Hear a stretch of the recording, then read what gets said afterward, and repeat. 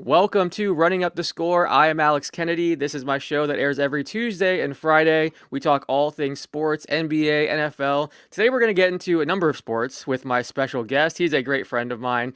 We've worked together for many years. Now he is a beat writer at Cavs Insider. Does a fantastic job. One of the best feature writers in the business. Does a great job on those as well. My guest is Spencer Davies. Spencer, how are you? AK, when's the last time we've done one of these? It feels like it's been forever since we've been on a screen together doing a live show, and albeit under different Yeah. circumstances, this is pretty awesome. And we're going to be able to talk a little bit of football, a little bit of basketball. So I'm excited, man. I'm excited. It's a great reunion. I feel like the last time had to be last year's trade deadline. That does that sound right? Or last year's playoffs, maybe? Woo. I don't know, man. I don't know. All I It's know been is a while. it skipped out on me in Vegas, so I don't know. That's the only thing that we couldn't figure out. But no, That is man, it's good. true. It's good. It's good to see you, man. It's good to see you. Yeah, and we're always texting every Sunday talking football, and we have an interesting connection because my Buccaneers now have Baker Mayfield. Your Cleveland Browns gave up on him, but it looks like both of our teams might make the playoffs. So we'll start with some NBA talk, and then we'll definitely get into some NFL talk toward the end. But let's start with your Cleveland Cavaliers. You spent a ton of time around this team. You've been covering this team for years now. Right now, it's kind of a tough time with Darius Garland injured, Evan Mobley injured. Can you kind of talk about the state of the Cavs right now and what you've seen from them up to this point in the season? Well, the old cliche, next man up. That's the pretty much the theme of what I've seen so far from these Cavs. Two in a row after dropping three in a row on the road. So it's been a very, very difficult year just in terms of consistency and who's been available. Whether it's been injuries, whether it's been things that happen in the game, rotational differences. There's just been no constant for them this season. And it's been very difficult for them to kind of come together in certain situations because of those setbacks. However, these last two games, albeit against, some teams that may not be at the level of, what the Magic are, what the Celtics are, Sixers, all these big teams, right? They've come together and they've proven that the next man up thing is real. And I think it started with Donovan Mitchell, but it's kind of trickled down to a bunch of other guys, especially Jared Allen. Jared Allen and Donovan Mitchell, those are the two guys right now, members of the core four, that are stepping up the most. As you just said, Darius Garland and Evan Mobley are out. Evan being out for at least a couple months and Darius Garland being out for a month, both with their respective injuries. Just terrible timing, especially when you think that the team had found some strides, but it's just, the way it goes sometimes in sports, and injuries happen. It's happening to my Browns too. So there's just something, unfortunately, in the water here in Cleveland. But these teams are resilient and they're going to find their way. And I think it's the same case for Cleveland here. And it's going to be difficult, but it'll work, I think, in the long run. I want to ask you about Evan Mobley's development because obviously before this injury, I've seen like kind of mixed things about Mobley and his play. Some Cavs fans I think want to see more from him. He has shown flashes at times. What were you seeing from Mobley on both ends of the floor? So which end do you want me to start with? Because I feel like the most obvious one is defense, right? He's a DPOY candidate pretty much, in every season he's played so far, including being a rookie. Like, he is just so versatile on that end of the floor as a help defender, as a weak side protector, just gangly arms, getting deflections and really just being there to cover for the next man. Maybe not so much as an anchor in the paint. That's what they missed, I think, early in the season. Evan Mobley playing the five. Some teams were taking advantage because he was helping a lot or he was switching a lot. So teams were taking advantage of the Cavs in the paint. Once Jared Allen came back from his ankle injury, that changed and Evan got back to his roaming ability, right? So I feel like defensively, there's nothing really more you can ask of him. The way that he's able to contort his body, the way he runs the floor, he's just really fantastic on that end. And I feel like you can't just say that, okay, this is a good defensive player, but he's not good on the offensive end, because there have been strides. But I feel like there's a misconception with Evan Mobley. And I've talked about this on a number of podcasts, that when they see a 7-footer like a Chet Holmgren, or they see another 7-footer like, whoever it may be, that's a stretch four, shooting threes and being able to facilitate offenses and shoot the ball as much as they do, they think because Evan's the similar size, Evan's a similar type of build, that's who he should be. But that's not who he is. He is more of a person that kind of directs offense. He's somebody that he can knock down, the mid-rangers here on occasion, and he does take advantage of mismatches on the block. But he's at his best when he's kind of operating as a hub more than being a guy that spots up on the outside. And I think that the Cavs also utilize him really well in the dunker spot. Again, when I said roaming on the defensive end, on the offensive end, he roams a lot too. And when Darius Garland, drives into the paint and teams collapse onto him, or they're paying attention to Jared Allen on the roll, then Evan Mobley takes advantage on the high handoffs, or, maybe, alley-oops, whatever it may be. So he's just a different type of player compared to, a Chet Holmgren or, any of those stretch fours that a lot of people expect him to be, because that's not him. But that's also okay. It's okay that you drafted a guy at number 3 overall that's, going to be a perennial DPOY candidate from the looks of it. And, he's coming along on the offensive end, but he's not quite there yet from a shooting perspective. But I also have my reasons why, but I'll let you get to your next questions. Well, I'm curious. This is a really interesting upcoming stretch for the Cavaliers because 10 of their next 13 games are against defenses that rank in the bottom 10. You look at this upcoming week, it's Houston, Utah, New Orleans, Chicago. Like, there's a lot of winnable games if you look at their upcoming stretch. Obviously, all the talk is about Mobley and Garland being hurt, but there's a real big opportunity there. But it's interesting, this offense has struggled so much. Before we started recording, you and I were talking about kind of the fall off offensively. I have the stats here. They went from being 8th last year to 23rd offensively in terms of points scored per 100 possessions. They have had a significant drop in effective field goal percentage, free throw rate. They're struggling in the paint and outside the paint. It's just been rough offensively. Do you think this next stretch maybe could be huge for this team in terms of kind of getting the offense back flowing, since they are facing so many, bad defenses? Well, I don't have the numbers right in front of me, but I will say the last 5 games, the Cavs have gotten going from 3. And it's not that they're making all those shots, right? They did look really cold in Orlando. They had a cold spell against Boston as well, but they're getting them up. And I think the primary reason for that is they're starting to get Jared Allen involved, because when Jared Allen's involved and they get the ball to him into the paint, that opens up things for others, because they have to focus on Jarrett finishing inside. And when Jarrett establishes his presence as an interior threat, that opens up the perimeter for other guys, not only to shoot, but also to be able to facilitate driving kicks. And that's what the Cavs have gotten a lot of here as of late. Even when, Darius Garland and Evan Mobley aren't around, that's been the MO. Like, you look at what Isaac Okoro's done these last couple of games, driving and facilitating and doing his thing. I think that's a big part of it. I think Max Strus, all season long, really, he's been terrific just as a playmaker that maybe some people hadn't seen coming. There's a lot of different weapons for this team. And I think a lot of the early struggles offensively, as cliche as it might sound, it was missed shots, right? I think a lot of those open looks weren't going down, especially for George Niang. He had a really rough start to the season. People were joking around here that he was 0 for his career in his first 10 games. And then he comes out and then he makes, 40% or whatever back to his average and usual, kind of reputation, that what he's used to doing from 3-point line. So I think a lot of it had been to do with, incorporating a new offense that they're not used to. They're a very pick and roll heavy team.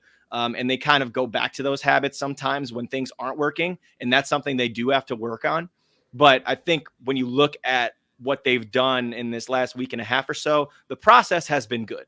It's just sometimes coming down to whether they make shots or not. And it's an easy out to say that, but as long as they're getting paint pressure and opening up those threes for the guys, the shooters they brought in, like Strus and Niang, and as we saw last night with Sam Merrill, then I think they're going to be in good shape.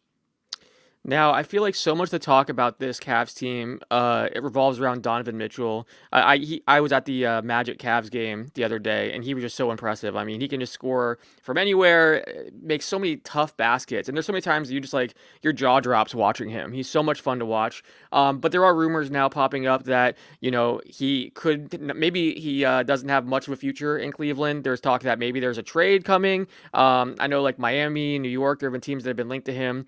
And then he only has 1 year left guaranteed on his contract. After that, he has a player option. I feel like throughout his whole Cavs tenure, there have been these rumors that maybe he'll be moving on from Cleveland. What's your sense of that situation? Because again, you're around this team basically every single day. You know Donovan. Do you get a sense that we're going to see him move on from Cleveland, or do you think maybe that's kind of a national narrative that's maybe incorrect? It's hard to answer that question. And it's funny that you say the whole time he's been a Cav, because he's been a Cav for a year, Yeah. not even a year. So like it's just kind of hard to come to grips with that. But that's life in the NBA, right? Small market superstar, doesn't have enough help, and then boom, here come the trade rumors. And also, it's part of it too, because he got traded to a team that he necessarily might not have wanted to go to, even though he's dispelled that before. Said he was jumping around on a golf course when he heard he was going to go play with Darius Garland and Evan Mobley and Jared Allen. But this is life in the NBA. This is how it goes. Teams see injuries to two members of their core four, and boom, this is what's going to happen. There's going to be teams calling. It's just the reality of the situation. What I will say with Donovan Mitchell is, no matter what is going on, with his future, because I'm not going to sit here and say like it's all garbage, because where there's smoke, there's fire. Let's not, play around with that. But what I will say is that right now, focused on this team, I think that he's 10 toes down. I have not seen anybody as committed to this team as he has been as far as a superstar goes. He has already shot down those rumors questions multiple times this season, including on Saturday when asked about that, and just said focus is right here, right now, on getting this team into a championship and doing the best we can while these guys are on the sideline. So, another indication of that, I wrote this on CavsInsider.com, was Donovan Mitchell yesterday after halftime. He didn't sit a minute. He played almost 46 minutes, including it was second half and overtime in full after a slow start in the first half, and ended up with 37 points and 6 assists. So like he's definitely all in at the moment. I can't say what it's going to be like in the future. Now, I can offer my opinion and say I don't think he's going to be traded mid-season. I don't think that's anything, that the Cavs are going to look at. They're going to, think about what they can get back for him, sure. But like I feel like they're still all in on what they did, and then went out and got Donovan Mitchell for all of those draft picks, Lauri Markkanen, Colin Sexton, Ochai Agbaji. So you don't want to give up on an asset or on an investment that quickly, correct? So I feel like all of it's coming right now because of the injuries and because of the uncertainty with the team being around 500 and it being almost the new year. But there's a lot of season to go yet. And this is actually an opportunity for Donovan to show why he deserves the contract that he's going to be looking for in a couple of years. Yeah, I think, first of all, it's a testament to how well Mitchell's played and just his star power that so many executives are kind of circling like vultures. They want to pry him away. They're thinking, oh, this team, they've disappointed. Maybe, with the injuries that are happening, especially, Mobley, they're talking about him being out 6 to 8 weeks. And right now, I think part of it, too, is there's so few sellers at this deadline. That's one thing that Jake Fisher has written about, just that there's a ton of buyers and very few sellers. I think that's one thing that we've seen with the play-in tournament. A lot of teams feel like, well, all we got to do is get into the play-in and maybe we can go on a playoff run, or at least, make the playoffs and get some valuable experience for our team. So there's not many teams that are willing to just sell pieces off. So the few teams that maybe could become a seller, teams are going to call those, executives quite a bit and try to see if these guys are available. So it makes sense. But yeah, it doesn't surprise me that, Mitchell has been a professional. I think we've always kind of heard that throughout his career. He has that kind of reputation. And yeah, I just think there's a lot of teams that would love to have a scorer like that on their team. I want to ask you, you mentioned Markkanen. There's now reports that, the Jazz for the first time are listening to maybe trade conversations involving him. There was, I believe, a report from Shams. Oh, no, I'm sorry. I think it was Kevin O'Connor that they're looking for a similar return that they received for like Rudy Gobert or Mitchell. And so young assets. I think it was like 4 or 5 first-round picks is what the report said. What are your thoughts on that? Markkanen has, he's played really well in Utah and like been a huge surprise. You obviously covered him in Cleveland, and that was a big part of his kind of initial resurgence, or not resurgence, but like breakout. What are your thoughts on that asking price? And I'd imagine if that's really what they're asking for, then he's not going anywhere, right? I would assume the same thing, Alex. That's a lot. It's a lot for a trade, all those draft picks. But if you look at it too, that is, kind of how they ended up in there in the first place. And those are the picks that are kind of expendable for them. So they could use that as a buyer in the future. Right. So like that's a very high asking price, I will say. But Lauri Markkanen, what a terrific talent he is. And I loved that he, came out of his shell, I guess, when he got to Cleveland and was able to put the ball on the floor, play, make a little, use his length on the defensive end as a 3 instead of being stuck on the block or spotting up on the outside, and really, utilizing what he's able to do. He's a big guy, and he's obviously able to make shots. So he's a great talent, and it's no surprise to me that the Jazz are holding high court for him like that. But I don't know if a team's going to give up that much for Lauri unless they really, really feel like he's the next guy to, the next piece for their team to get to the next level. And you got to look too, when it comes to going after stars like this. This is what's difficult about the NBA is, it's not a game of 2K. It's not like the role is exactly the same as it is what it would be in Utah, as it would be in whatever other city or whatever team he would play for. So you got to take that into effect as well. But it's funny around here. Everyone's, saying, can we just do a do-over and get Lauri Markkanen back, Colin Sexton, Ochai Agbaji, those picks for Donovan. If that was the case for Donovan could be traded, because, it's almost kind of what the Cavs would have needed with, the wing and the size and all that good stuff. So it's kind of funny. Yeah, I think one thing that O'Connor mentioned in his article is that I think part of the reason why they're thinking they can maybe get a big haul for him, probably not 5 first-round picks, because again, I mean, Rudy Gobert had 3 Defensive Player of the Year trophies. Mitchell had the star power and shown what he can do in the playoffs, and is one of the game's best scorers. Markkanen has been impressive, and I think he exceeded all expectations in Utah. But one of the things that Kevin pointed out is he kind of fits with every team. You mentioned the different roles he can kind of play, but Kevin's article even says, pretty much his qualities, his skill sets makes him a fit for virtually every scenario if you kind of throw different teams out there. And he mentions Miami, Detroit, New York, Golden State, Indiana, Houston, New Orleans, OKC. I mean, because of his game, that's half the league. Yeah, exactly. So, and I see what he's saying. He has a really, a skill set where he can kind of play different roles and adapt to different pieces around him. So I guess that's probably their thinking. Like, oh, if we did make him available, we probably could have some kind of bidding war for his services, because there are a lot of teams that could be interested. He could fit a younger team, fit an older team. He could fit different kinds of offenses. He could play next to different kind of, star players. So it's interesting. One team I want to ask you about is this Oklahoma City Thunder team. I've talked about them a lot in this show. They're a ton of fun. Entering this season, they were my pick to be a surprise team. And obviously, it's really early in the year, but I didn't even think they'd be this good. I mean, I didn't think we're talking about a top team in the West. I just saw them, being like a middle of the pack team in the West. But they've exceeded even my expectations. But this group is so much fun to watch. I mean, even if they didn't have all of these future draft picks, we'd be talking about them as a super exciting core going forward, a contender for years to come. But then you throw in the fact that they have all these firsts and the next few years, and it becomes really scary what they could become as far as not only continuing to draft talented guys, but at some point Sam Presti might decide to package some of these picks together, and they could call any team in the league right now and have the best trade offer in the NBA. I mean, no one could really top their trade offer if they're willing to actually part with some of those young guys or draft picks. So I'm curious, what are your thoughts on this OKC team? I mean, Chet Holmgren's been so much fun. I figured he'd be great defensively just because he's always kind of been that player. But the fact that he's averaging 17 points per game and shooting the ball well from 3, like, he already looks like a veteran out there offensively, and he's a two-way force for them. So I've been so impressed with Chet. Obviously, SGA, we know what he can do. One of the best guards in the NBA now. And then their role players have been excellent as well. What do you make of this OKC team, and could you see them being a legitimate contender this year or in the near future?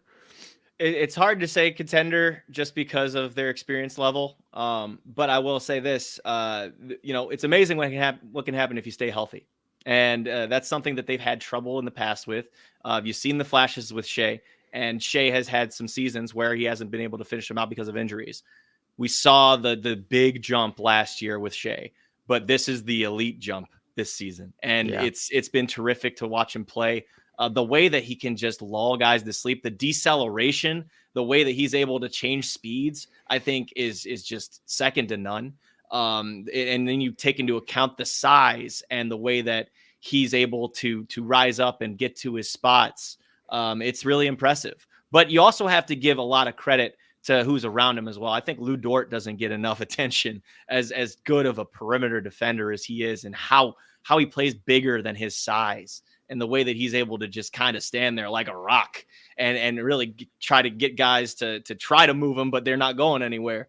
And the attention he pays to details and stuff like that. And then Jalen Williams too, man. Jalen Williams, what a terrific addition he was in the draft last year, and the way that he's been able to help in transition defensively as well, along with Dort. Offensively, the way that he's been able to attack the rim. They've just got a lot of good going on for him right now. You mentioned Chet Holmgren. I saw him the first time, I think it was his first road game of his career, and he was outstanding in the first half. Just the timing on his blocks, the way he keeps the ball in possession, even after a block, the way that he's able to kind of use his verticality and his I don't know, his stick figure to make guys shoot over the top. It's just incredible. And then to have the gumption to take shots in the clutch, to have the shooting ability that he has that I was talking about earlier. It's impressive, man. It's really impressive. And as a unabashed Thunder fan from afar, somebody who's been all in with the baby Thunder for a number of years now, if you've listened to any shows that me and Alex have done in the past, it's just really fun to watch and really fun to see them come together like this. They're getting quality wins too. I mean, they beat the Nuggets on Saturday, and that was obviously super impressive. We've seen wins over the Lakers, over the Suns. They have a number of quality wins under their belt, which is really impressive. It's just funny because I think entering this year, all the talk was about the future. They're one of the youngest teams. I think they're like the second youngest team in the NBA, and all the talk is about the picks. But they're a talented team right now that should be taken seriously. And I do wonder if we could see them be a buyer at the trade deadline. I had Ben Golliver on last week, and he was saying, he loves the Thunder as a possible buyer, and he thinks they're like one piece away from maybe making like a conference finals run. But again, it's tough without really many sellers. So we'll see if that's a possibility. But I do wonder at some point if Sam Presti's going to, move some of these picks for a veteran. It'll be interesting to kind of see when that comes or if that comes. I want to ask you about this Draymond Green situation because we saw, he has an indefinite suspension now. Ben and I were talking about how that's really kind of very rare to see that in the NBA, unless it's like a drug violation or something like that. Or like, I think back to like the Malice at the Palace. It's very rare to see an indefinite suspension. And if that was a different player, we're probably talking about that being like a 1 or 2 game suspension. But clearly his history and everything that he's kind of done this season factored into that decision. The NBA put that in their press release that his history of unsportsmanlike acts was part of the length of the suspension. There was the report yesterday from Shams that he's undergoing counseling and he's expected to miss at least 3 weeks. It seems like maybe the NBA put something in there about, he has to receive a certain amount of counseling to kind of get in compliance and be eligible to kind of end the suspension. What do you make of the length of that suspension? And do you think they got it right? That's a good question. I feel like there definitely needed to be some punishment, just as you said about the past behaviors and the past incidents, and more importantly, just the behavior this year. But at the very least, there was some contrition there when he caught Yusuf Nurkic on the side of the face at the end of the game or at post game, and said he wasn't looking to do that. It's something with Draymond that just when he's in the competition and in the moment that he just kind of loses it. And I think that's part of the counseling that what's going to help in that situation.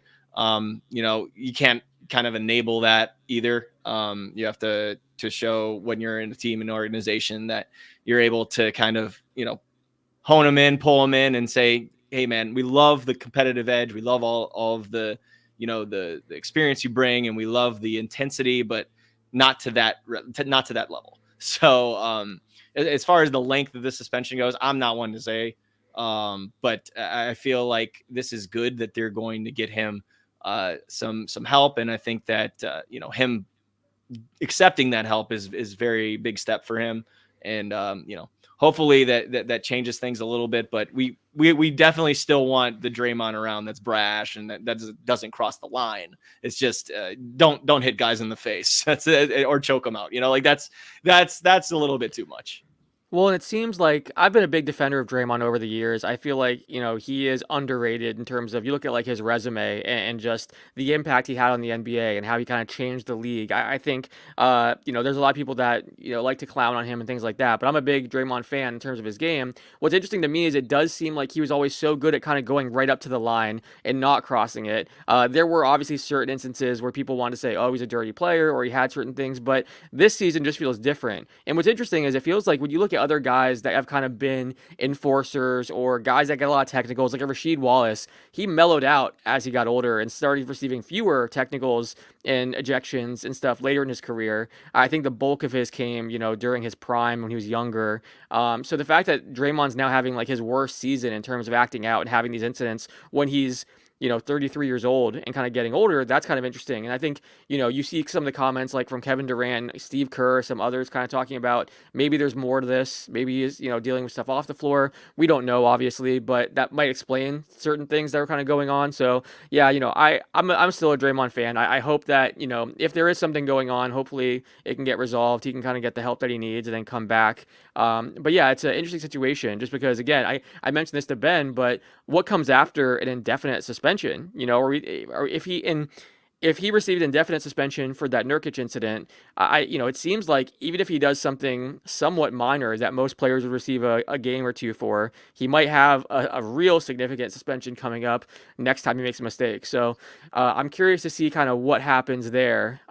Microscope will be on him. That's going to be Yeah. what happens. He's going to end up getting, probably called for some texts and some stuff that he didn't mean, but that's just going to be how it is because of, let's be honest, his own actions. So that's going to be, the consequence for what he's done in the past. And, it's going to be what it is. Yeah, and he's always been a guy that has barked at refs and has had a really long leash. I mean, they've let him kind of get away with yelling at refs and stuff like that. Now, when you have an incident like this, does that change a little bit? Does he have a shorter leash going forward where maybe refs aren't willing to let him scream at them and kind of, do things that we kind of have come to know as like typical Draymond actions? Maybe it's a little bit different now, and he definitely will have a microscope on him. So it'll be interesting to see what happens going forward, and just with this Warriors team. They're a fascinating team this year. Just I don't know what they do to kind of get out of this. They're the highest payroll in the NBA. They seem like they kind of went all in on this group. You're about to have the new CBA where you're going to have really strict penalties for teams that are over the tax, and I guarantee you, it's one thing to pay the luxury tax whenever you're a championship team or a contender, but doing it when you're not a playoff team, I'd imagine ownership maybe feels a little bit differently about that. So could we see them make a cost-cutting move? That's going to be interesting. It's just a very interesting situation all around.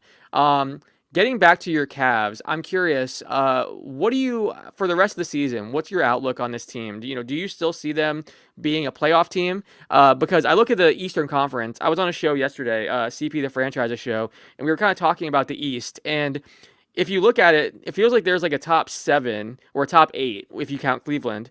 And then after that, I don't know. Like Toronto could end up selling off OG and Pascal at the deadline. Brooklyn, I'm not sure what to make of them. I think like the top 7 to me, you look at Boston, Milwaukee, Philly, Orlando, Miami, New York, Indiana. I think those teams are pretty set. New York, obviously, their defense has been really struggling since the Mitchell Robinson injury, and they could fall a little bit. But I don't know. Like, it doesn't seem like there's a ton of competition for that 8th seed or the play-in spots in the Eastern Conference. What's your outlook on the Cavs going forward? Well, no matter what happens, if they don't make the playoffs this year, then there's probably going to be some changes like that. That's the big point of emphasis there. But I just don't see how they don't make the playoffs. Honestly, Yeah. They have too much talent. They have, even without Darius Garland and Evan Mobley the next couple months, they have too much that they've invested in and too many winning players, if that makes sense. Ultimately, you're going to have to look at how these rotations fall out, how these, the depth that they brought in, how that looks. I feel like Donovan Mitchell, as I said already, the last 2 games has shown like some really, really strong leadership and saying, okay, we're not going to let the sky fall here. We're going to play our game. And it's honestly, it's almost like Utah, right? Like it's just, you got the shooters around you and you got a solid big man who plays really, really good defense. Like it's almost like that. So is this a championship level team without Darius Garland and Evan Mobley? Probably not. but they're not lost for the season yet that we know. So, Darius Garland got hit in the jaw by Kristaps Porzingis' hip, which, wow, Kristaps, good for you for keeping in shape like that, because you must have some really, really bony hips, man. Seriously, nothing intentional. He just ran into the guy, and then Darius ended up spitting up blood. It was crazy. And then Evan Mobley, just kind of a wear and tear, arthroscopic knee surgery on his left knee.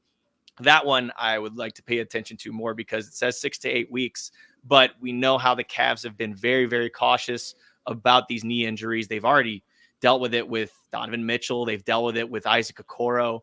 Other guys have dealt with hamstring injuries. So there's been a lot of kind of degenerative stuff that's interesting. And, maybe that has to do with how many minutes they're playing. I know a lot of fans around here are not too pleased with JB Bickerstaff playing his, star players, 36, 37 minutes a night.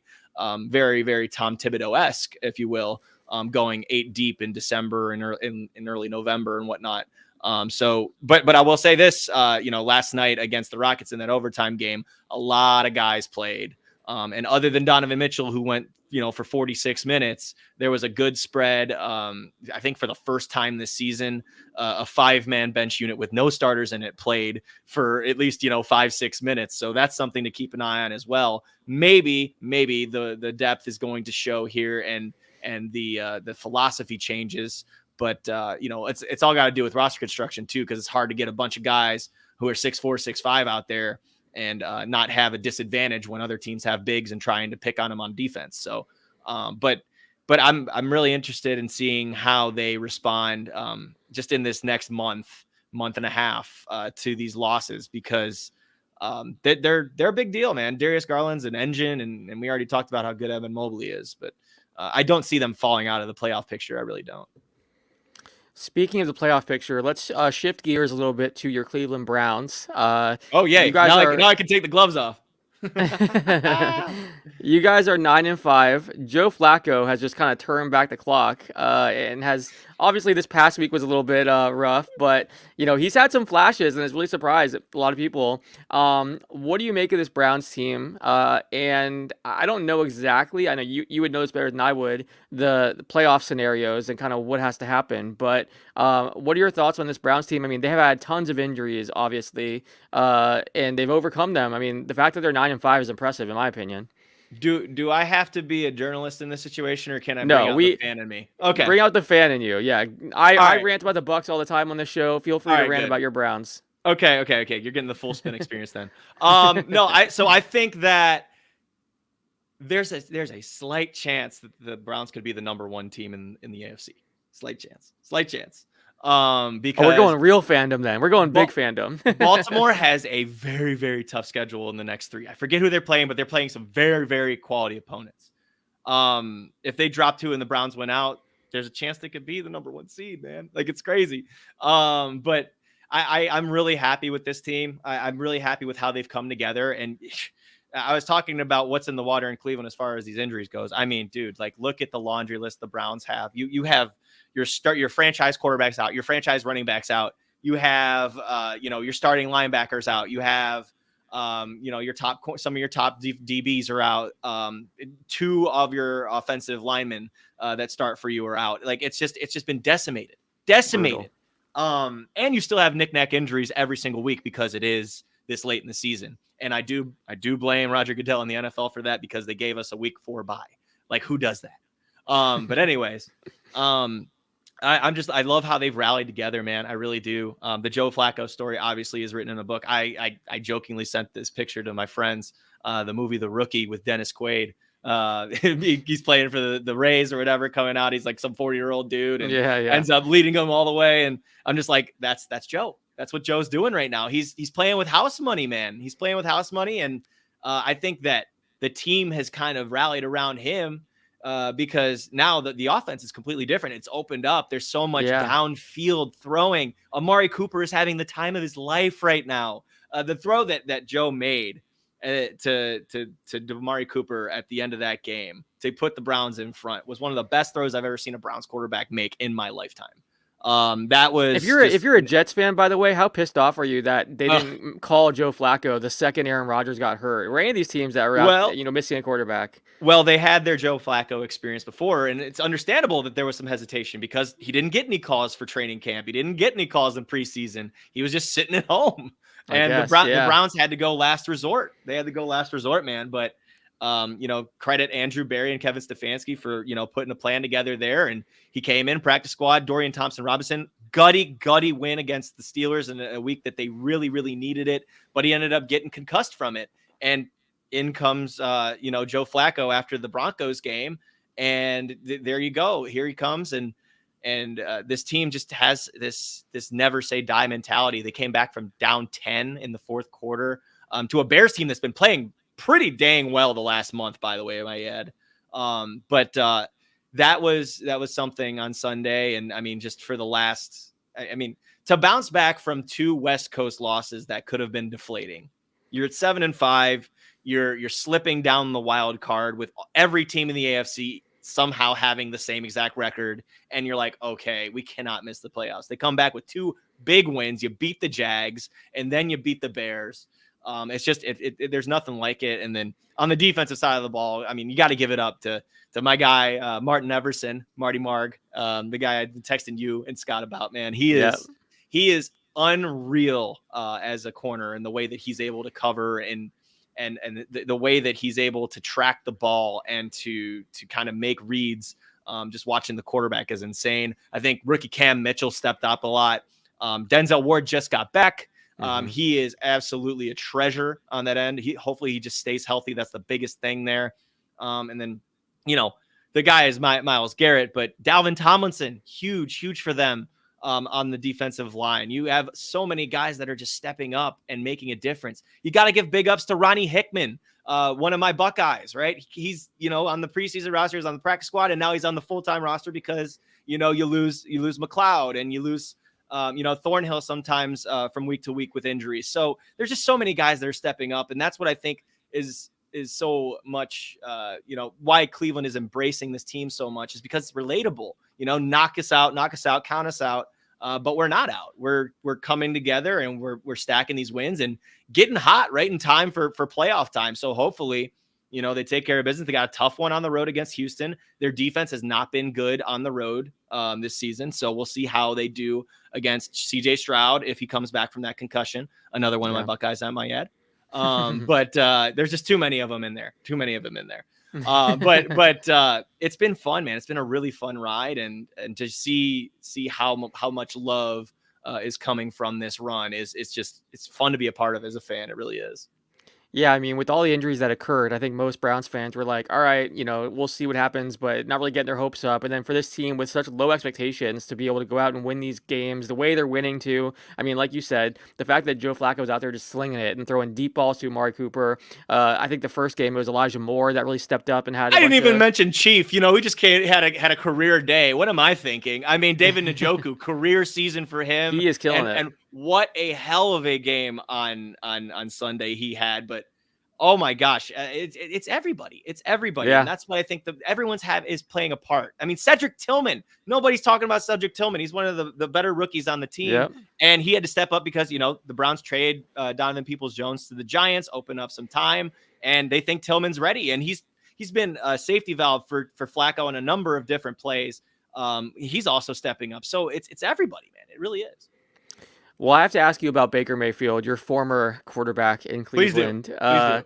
This has been, I love Baker, first of all, just the personality, the charisma, against the Packers, they showed him just headbutting offensive linemen after drives, and he's been in Tampa going to Lightning games. I saw a video of him shotgunning a beer on a golf course with Bucks fans. I mean, the guy's just super likable. There was one video of him doing the drums with water bottles to In the Air Tonight by Phil Collins at practice. They're just That's so many. Nothing new. He seems like such a likable guy, and I can see why like Cleveland fans fell in love with this guy. Obviously, the ending there, the departure, it was kind of a love-hate relationship. It felt like at times, toward the end, especially. But the guy's just super likable, so I'm happy for him. First of all, the fact that he kind of went from journeyman last year playing for 3 different teams to now joining this Bucks team. I guess actually 2 teams last year, Carolina and LA, but 3 teams in 2 years. This year, he's put up monster numbers: 3,315 yards, 24 passing touchdowns, I think 8 interceptions. He's been incredible. I think maybe this is either the best year of his career or second best after 2020, when he, played well in Cleveland. But it's been a really fun storyline, and especially after this last Packers win, where he had 4 touchdowns, became the first quarterback in NFL history to have a perfect passer rating at Lambeau. It's impressive what he's doing right now, and he's doing it in a new offense, playing for Dave Canales. I think a lot of people thought it would take some time to kind of get comfortable, and it's Canales' first time ever calling plays at any level. So I think the fact that he's playing better in the second half of the season makes sense, but he did start the year strong too. I don't know, it's been a really fun storyline watching Baker play well. What are your thoughts as a Browns fan, seeing Baker do well, and then what do you make of the way that that marriage kind of ended? I love seeing it as a Browns fan. I rarely wish bad upon people. I'm happy for OBJ, even though I'm not happy for him that he's doing it for the Ravens. But I'm happy for OBJ seeing what he's doing with the Ravens this year, just as a as a kind of a resurgence for him after that Super Bowl run with the Rams. Like I'm happy to see guys that used to play here do well. Okay, and with Baker, for me. I didn't know that he had that downfield throwing ability after the shoulder surgery. The way that I've seen him hook up with Mike Evans on multiple occasions this year has been terrific. The way that he had some beautiful passes to Godwin on Sunday. But he's also getting guys like Palmer involved, right? Like he's getting everybody involved. And I think that's, the good sign is when he's spreading the wealth like that. But, you speak to how things ended here. It was really, really awkward. It was just really awkward. I think had he not gotten hurt on that play where the interception happened and he ended up hitting someone with his shoulder, ended up really screwing up the entire 2021 season, like no bar none. Because I will say this too, man, like you talked about him taking the Browns to the playoffs, man. That was one of the best years of my life in sports, at least. You and I were talking after that season about who was more beloved in Cleveland, Baker or LeBron. Like that was a conversation at one point. Yeah, that was a conversation around here. I'm not gonna go there. But you don't have to, but because I won't go there. But I will say that playoff season was just it was magical, man. And Jarvis Landry, like that team, Njoku, Batonio, all the guys. It was just so fun. It was a good time. And then just the vibes the next year were just off after that shoulder got hurt. Because I don't know if you remember this, but that dude went toe to toe with Patrick Mahomes week 1 in Kansas City after the playoffs that previous season. Right. In a game that the Browns could have won at Arrowhead in 2020, by the way. So it does make you wonder how much of his struggles were injury related. Like he's a guy that always plays through everyone injuries. Has around here. That's the battle that everyone has. They call it the Baker Wars around here. I don't get involved. I'm one of those people. I just hope both people have fun. Both teams have fun. There you go. But politician. Yeah, exactly. You gotta play both sides, Alex. Yeah. But seriously, no, like obviously the shoulder injury hurt, but there's just some of those things, some of these situations. It's like. And you see it in all across sports. Sometimes you just need a change of scenery to get back to who you are. And, good on the Bucks for bringing him in. I know there were questions about him and Kyle Trask and training camp. Who's going to be the starter? He wins the job, and then he wins over the hearts of Tampa. And it's funny you mentioned that he's shotgunning beers and he's playing drums to In the Air Tonight by Phil Collins. He did the same exact stuff here. He's endearing himself to where he's at. It's like the Olivia Rodrigo song, doing things with your next girlfriend or boyfriend that you initially did with your first one. It's like, oh, you think that's new? No, he's been doing that for years. He has. He did that with me first. But it's good though, because that means he's adhering himself to a city, and he's going, like you say, going to Lightning games. Seems like he always has fun. Like, I mean, he's a fun guy. He is, and happy for him and Emily. They got their first kid on the way. Oh That's yeah, I saw it great. today. Like so I'm very happy for Baker, and there's no hard feelings. I feel like from most of us here in Cleveland. So it's been fun to watch him, and hopefully we get to see him in the playoffs and see what he can do. Yeah, it's a fun storyline. I'm happy for him too. I mean, he took a risk this year, signing a $4 million contract. Like you said, there was no real guarantee that he was going to be the starter. I think, he was considered the favorite, but he had to win that battle with Kyle Trask. And it was really like a bet on yourself kind of year, taking that $4 million deal. Jason Light, the GM of the Bucks, made a comment that he pursued us more than we pursued him. I think he saw an opportunity in Tampa, the ability, throwing the ball to Mike Evans and Chris Godwin, playing in this offense. He could win the starting job, and he kind of knew, okay, if I have a big season, I could get a big payday the year after, whether it's in Tampa or somewhere else. I think it's probably going to be in Tampa. Jason Light's tweeting "Make It Rain" gifs after last week's game, so I'd imagine they're about to back up the Brinks truck and give him a big contract if the GM is tweeting that. But yeah, I mean, it's been a really fun story. And I'm happy for him too. Again, like he's been through so many ups and downs. Seems like a guy that works really hard. Has kind of always been like the underdog, even dating back to his college career and things like that. So it's really cool to see him now have the success he is. There was a scenario where if he loses the starting job to Trask or struggles this year, that we're talking about him being like a career backup going forward. So the fact that he was able to kind of make the most of this opportunity and play the way he is, it's a really fun story. And yeah, I think he's about to get paid.